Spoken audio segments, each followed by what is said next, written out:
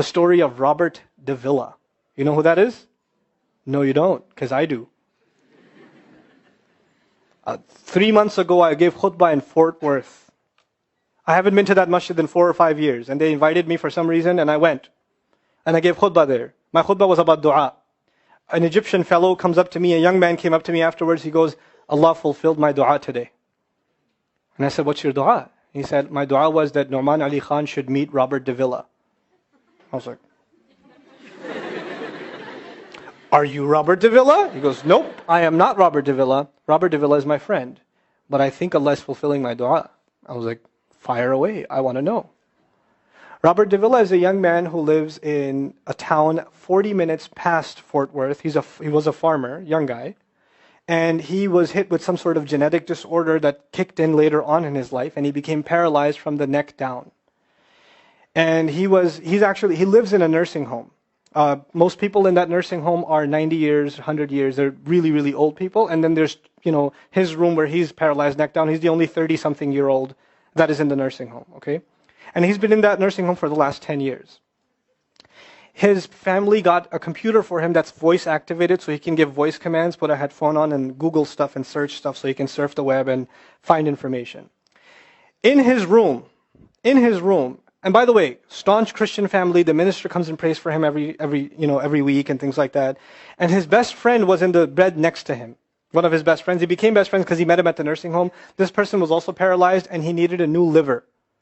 Okay? A liver transplant. He was waiting for a liver transplant. And they used to talk about, God and things like that all the time. They were good friends. Finally, his best friend got a call that there's a donor available for the liver. So he's so excited. He goes, Robert, I'm going to miss you, but I'm going. I've got a donor. So they take his friend and they go into the operation, and his friend died at the operating table. Now his friend, who's also a Christian, the deceased friend, his sister, took one of the amulets of his friend, a crucifix, and she gave it as a gift to Robert. This is a reminder of your old buddy. So he hung it on the side of his hospital bed. Robert Davila lives a pretty decent life in there. The nurses take care of him. He's a happy guy. And one day he goes to sleep and he sees a man in his dream. That man says his name is Muhammad. And he says, pointing at the crucifix, God did not send messengers so they would worship the messengers. God sent messengers so you could worship God. And Jesus was just a man. He walked in the markets and he ate food. He walked in the markets and he ate food, and the dream stopped. He only knows that Jesus was just a man. He knows there's a man named Muhammad that said that to him. He said that messengers came so people could worship God and not the messengers. This is all he knows. So he starts Googling Muhammad. He finds Islam. He takes Shahada.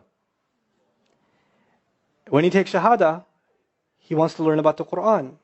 So he goes on these chat sessions and finds somebody needs to teach me Quran. He finds a brother in Egypt that he gets together with on Skype to try to learn Arabic. Learn the Arabic alphabet. Once he learned the Arabic alphabet, he learned to recite the Quran. He memorized 10 surahs from his hospital bed. Then he said, I'm beginning to memorize the Quran, and I'm beginning to learn about this prophet, but I need to understand the Quran. So he starts Googling how to understand the Quran. And for some reason, he ends up on my videos. And he starts watching my stuff. And he watched almost everything. And then here's the kicker. In the nursing home, there was an Egyptian fellow that used to come in and do some repair work. The Egyptian fellow has his own awesome story. The guy had basically lost faith. He wasn't religious. The nearest masjid to him was 50 miles away. So he didn't really go to Jum'ah much anymore. But he felt a spiritual void, so he started going to the church just to feel closer to Allah. Raised Muslim. He goes to the church just to feel closer to Allah. He's passing by Robert's room one day and he hears وَالْعَصْرِ إِنَّ الْإِنسَانَ لَفِي خُسْرٍ. So he walks into his room and says, Robert, what are you listening to? Robert says, nothing. That was me. And the guy says, you're Muslim? He goes, yeah, I became Muslim. And now this friend is in shock. How does Allah guide someone in the middle of Churchtown, USA, in a nursing home, with a crucifix on the side of his bed that he doesn't even have the physical strength to move. And the guy himself says, I want to come back to Allah. So he tells him about his, the friend he found online, Nouman Ali Khan. So the Egyptian fellow starts watching my videos. And then he says, I wish I could meet him one day. And he says, okay, I'll pray for you. And after 5 years, that Egyptian friend shows up at the same masjid that I haven't been to in 4 years. And after Jum'ah says, I think Allah wants to fulfill my friend's dua and my dua. So I said, I think He does. Let's go. So I took a few of us and we went. And we met with Robert. We had a beautiful conversation with him. And inshallah, for Eid, we're going to go to his nursing home again. The nursing home was pretty shocked. You're all here to meet Robert? Like, yep. Yep. Why do you want to meet him? He's an inspiration. Like, okay, let me check if we can. And they had to call the hospice administrator and all this stuff, and then eventually let us in. And Robert's in shock. And then I meet with Robert, we're talking, and I was like, hey, Robert, so I heard you memorize some surahs. He says, yeah. Can you recite one for me? So he recited Surah Al-Asr. Not one of us was not crying. We're just in tears. When somebody turns to Allah, don't worry about the means. Guidance will come. Balance will come. I want to tell you some more about Robert because young guys are here. Young guys that play basketball. Young guys that are healthy. Young guys that have ambition. I told you what's his paralysis, from where to where? Neck down. He has a special wheelchair that has to hold pretty much every part of his body in place. He can't just sit in a wheelchair. It holds his neck and it holds every other part of his body in place because he has no control over his limbs. And he has to have a special van where the wheelchair locks in so that if it goes through a bump or whatever, he doesn't, receive the shock. So he made a request. He wants to go to the Friday prayer. They didn't have the special van, so they put him in a regular van. And so he went to the regular van and a few bumps and his spine got even more hurt. He went to Jumu'ah. He came back in excruciating pain. And they said, I'm sorry, Robert, you're no longer able to sit in your wheelchair. You're going to have to stay in your bed for the next 6 months at least. If you see recovery, then you can get back up again. I met him in that span. He had already been in that bed for 3 months already.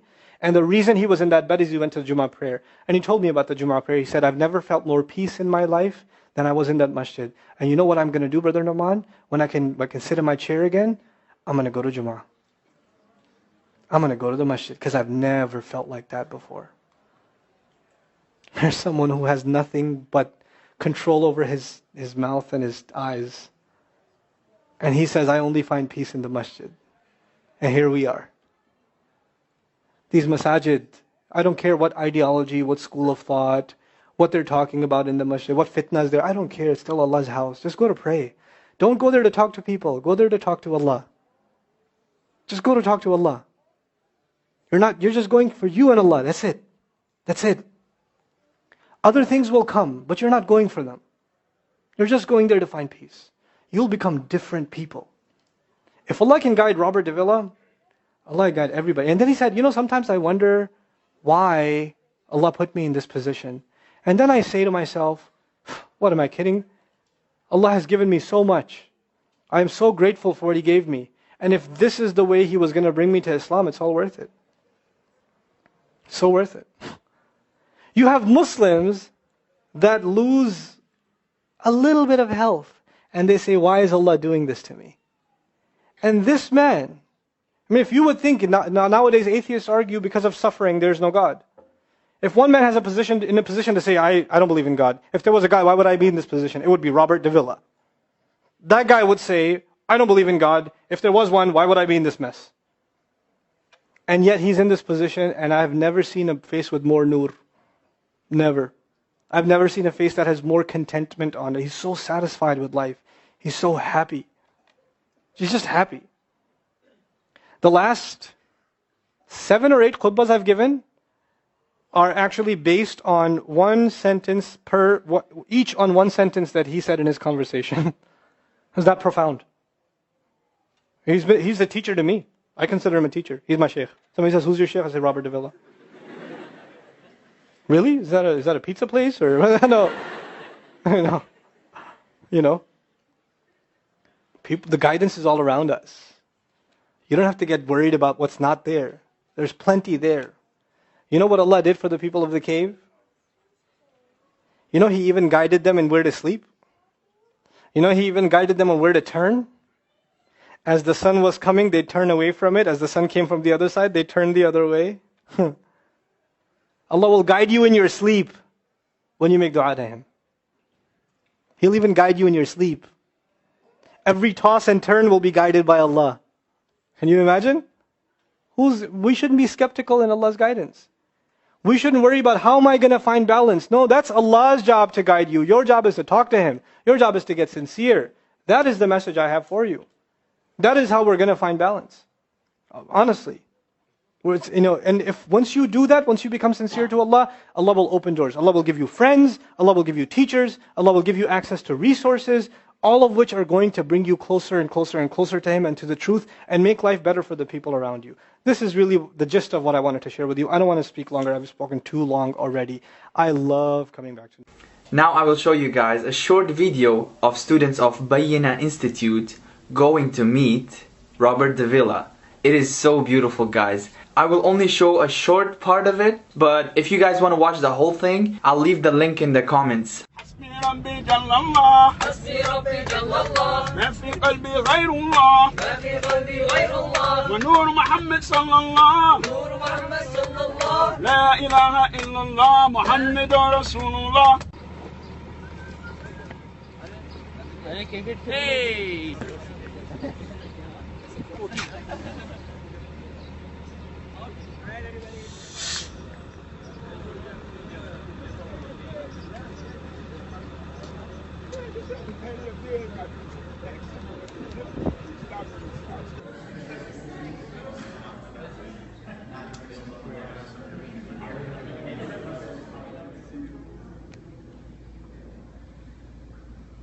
He is not able to project his voice that much, but if you feel you can, I'd like you to say a few words to the students. You think it'd be okay?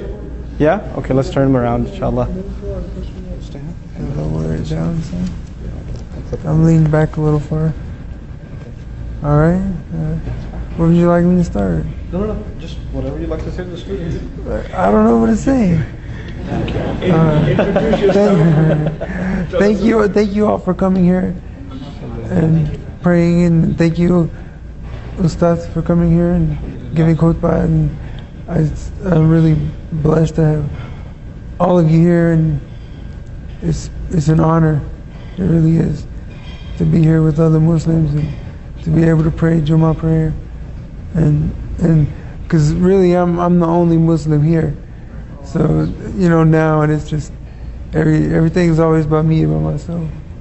And to have everybody here with me now, it's really a blessing and an honor. And very happy to be here, very, very happy to be here. It's good to see all of your faces. And, are you too nervous to recite something? I'm not too nervous to recite something. All right. You like me to recite? What would you like me to recite? Your favorite ayah? My favorite? Let me think. Okay. I don't know. Alright. أعوذ بالله من الشيطان الرجيم. بسم الله الرحمن الرحيم.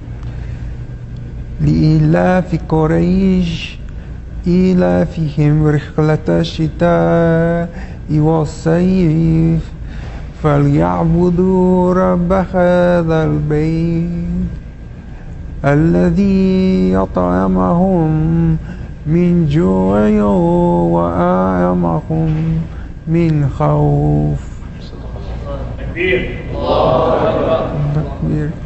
Now most of you are probably crying or have tears in their eyes or felt very touched, right? Subhanallah. Please don't forget to share this video, everyone, inshallah. Thank you so much for watching till the end.